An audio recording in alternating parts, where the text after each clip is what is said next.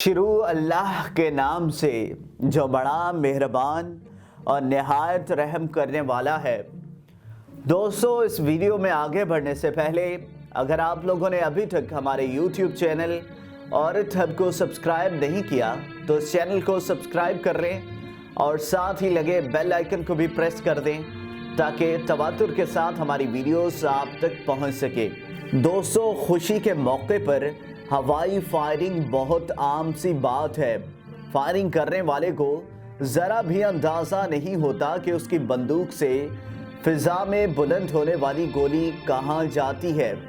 दर हकीकत जब आप गन ऊपर करके फायर करते हैं तो उससे निकलने वाली गोली 2 मील ऊपर तक सफ़र करती है। गन से निकलने वाली गोली को हवा उस मुकाम से सैकड़ों फुट दूर ले जा सकती है जहां से उसे फायर किया जाता है, ताहम उसका इन्हिसार हवा की शिद्दत पर होता है।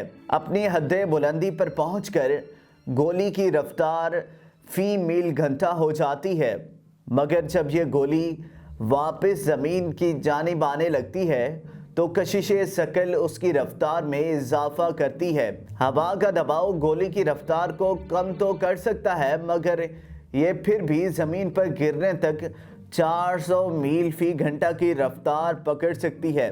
ज़मीन पर गिरने से पहले अगर ये किसी फर्द से टकराती है तो ये यकीनन ज़ख्मी यहाँ तक के हलाकत का बायस भी बन सकती है। यही वजह है कि हर साल हवाई फायरिंग के नतीजे में उन आवारा गोलियों से टकराने के बायस दर्जनों अफराद हलाक हो जाते हैं। अक्सर गोलियां लोगों के सरों से टकराती हैं, पर फायर करने वाले इस चीज़ से लाइल्म होते हैं। तो बुनियादी तौर पर किसी गन से फ़िज़ा में फायर करना कुछ ज़्यादा अच्छा ख्याल नहीं होता, जिससे गुरेज करना ही बेहतर है। दोस्तों, जाने से पहले सिर्फ एक बात करना चाहूँगा कि आपकी खुशियाँ एक तरफ, लेकिन आपकी खुशी किसी की जान भी ले सकती है। तो कोई ऐसा काम ना करें जिसकी वजह से कोई दूसरा तकलीफ में आए। दोस्तों, अगर आपको ये वीडियो पसंद आई हो तो इस वीडियो को लाइक करें, कमेंट करें और ज़्यादा से ज़्यादा शेयर करें।